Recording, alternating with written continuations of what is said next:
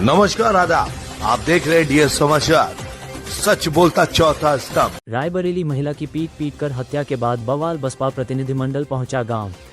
उत्तर प्रदेश के जिला रायबरेली में 2 दिन पहले हुई एक दर्दनाक घटना ने दलित समुदाय और स्थानीय प्रशासन के बीच तनाव की स्थिति पैदा कर दी। मारपीट के दौरान गंभीर रूप से घायल हुई एक दलित महिला माया देवी की मौत हो गई थी, जिसके बाद परिजनों ने पोस्टमार्टम के बावजूद शव का अंतिम संस्कार करने से इनकार कर दिया। घटना ने राजनीतिक तूल पकड़ा और मामला बहुजन समाज पार्टी बसपा प्रमुख मायावती तक पहुंचा।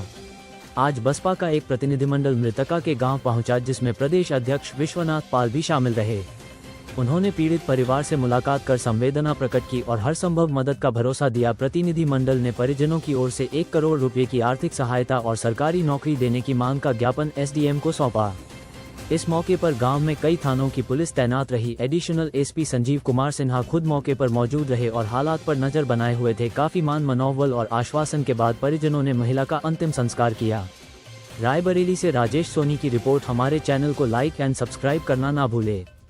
आज आप मौके पर आए कान्हामऊ गांव में, जो 2 दिन पहले घटना हुई थी, क्या कुल मिला और क्या अभी तक क्या कार्रवाई हुई? देखिए, माननीय बहन जी के संज्ञान में मामला जैसे ही आया, बहुजन समाज पार्टी के राष्ट्रीय अध्यक्ष माननीय बहन जी के निर्देश पर यहाँ बहुजन समाज पार्टी का प्रतिनिधिमंडल आया है। हमारे साथ में पूर्व में राज्यसभा लोकसभा सांसद रहे माननीय घनश्याम चंद्र खरवार जी हैं, हमारे कोऑर्डिनेटर हैं माननीय विनय कश्यप जी हैं, हमारे मौजीलाल जी हैं, इधर राकेश जी हैं, जो भी हमारे इधर के जिम्मेदार साथी थे पार्टी के, मंडल जिले के सभी लोग आए हैं। और हम लोगों ने जो देख रहे हैं इस वक्त पूरे उत्तर प्रदेश में जंगल राज कायम है। आम जनता दहशत में है, सहमी हुई है। खास तौर पर मैं देख रहा हूं कि एससी, एसटी, ओबीसी, मुस्लिम समाज के ऊपर लगातार अत्याचार हो रहा। आज इस गांव में आपने देखे हैं, ये गांव है आपका कान्हामऊ। यहाँ पर अभी बेटी रो रो के बता रही है कि दिन में 9 बजे खुलेआम दिन दहाड़े पीट करके हत्या कर दी गई इनकी माँ की, और अलग से इनको धमकी दी जा रही है। जिस रूप में इनको धमकी दी गई है, गालियां दी गई है, वो हम अपने जुबान से नहीं बोल सकते हैं।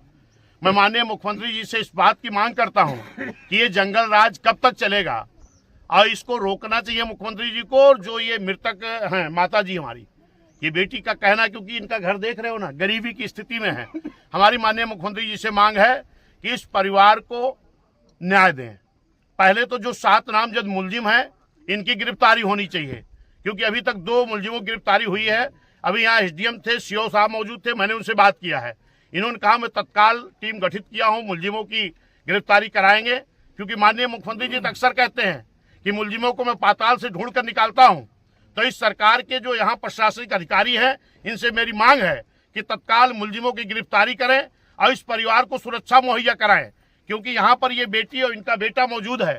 इन लोगों को आज भी धमकी दी जा रही है और इनके परिवार के लिए माननीय मुख्यमंत्री जी से मेरी मांग है कि 1 करोड़ रुपए का आर्थिक सहयोग दिया जाए और इनको एक सुरक्षा के लिए असलहा इनकी मुहैया कराया जाए, बनवाया जाए। और इनके, क्योंकि ये माँ कमाती थी, भले बुजुर्ग थी, भैंस चराती थी, गाय रखी थी, जानवर जो इनके थे, जानवर चराने गई थी बेटा ना, ये परिवार की देखभाल करती थी, आज इस दुनिया में नहीं है। अध्यक्ष, परिवार की क्या क्या मांग है? मेरी मांग है, परिवार की मांग है कि इनको 1 करोड़ रुपए की आर्थिक सहायता दी जाए, इनको सुरक्षा के लिए एक असलहा की व्यवस्था की जाए और इनके बेटे को सरकारी नौकरी दी जाए। क्या इनकी तरफ से कोई मांग पत्र लिखा गया? हाँ, निश्चित है कि इनकी तरफ से ये मांग पत्र है जो इन्होंने लिखा है। इस मांग पत्र को लिखा है इनके बच्चों ने। ये उनकी बेटी है, इनका ये बेटा है। क्या भाई हो बेटा? तो 2 भाई है। इन लोग मांग है कम से कम हमारे एक भाई को सरकारी नौकरी दी जाए और आर्थिक सहायता दी जाए, कम से कम 1 करोड़ रुपए, मुलजिमों की गिरफ्तारी की जाए, कड़ी से कड़ी सजा मिले। और जो इनका विवाद है, जिस विवाद के नाते लोग जबरदस्ती दिन दहाड़े हत्या किए हैं, अभी एसडीएम साहब से हमने बात किया है, इस विवाद को त्वरित सॉल्व किया जाए। क्या भूमि का निस्तारण एसडीएम साहब ने क्या आश्वासन दिया? भूमि का निस्तारण लेकर कराएंगे और अगर निस्तारण नहीं होता है तो माननीय बहन जी के निर्देश को लेकर के हम इस लड़ाई को पूरा आर पार लड़ेंगे, इस परिवार को न्याय दिलाएंगे।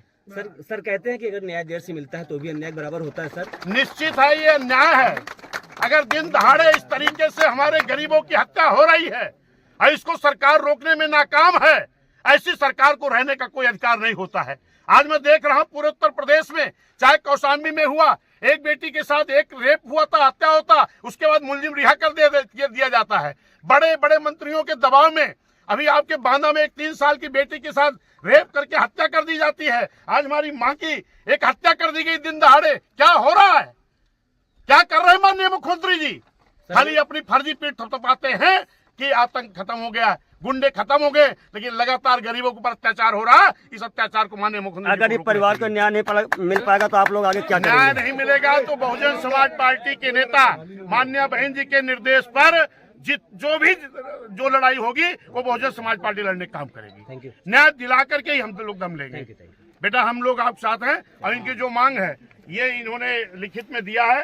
अभी मैं क्या है सर पूरा मामला या अब तक कितने की गिरफ्तारी हुई?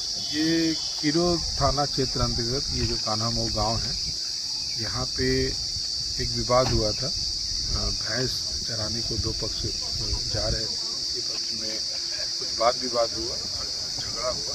झगड़े में महिला को चोट आई और चोट आने के बाद जो है उनको अस्पताल भेजा गया। इलाज के दौरान उनकी मृत्यु हो गई। इस संबंध में किरो थाना क्षेत्र में मुकदमा प्राथमिक है 181/25 अंतर्गत धारा 105, 191, 352, 351, 325 SC/ST एक्ट के अंतर्गत अभियोग पंजीकृत कर लिया गया और पुलिस द्वारा टीमें बना करके तत्काल जो उनके मुख्य अभियुक्त है जिसकांत और शुभम, इनको गिरफ्तार कर लिया है।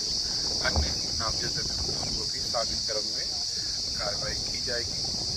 आज परिजनों की त्वरित कार्रवाई किए जाने की मांग की गई थी, जिसको आश्वासन दिया गया है जो भी निष्पक्ष कार्रवाई पुलिस के स्तर पर की जाएगी और वे जो है अभी जो है क्रिमेशन दाह संस्कार की क्रिया भी कर रहे हैं। मौके पर शांति व्यवस्था बनी हुई है, किसी प्रकार की कोई समस्या नहीं है।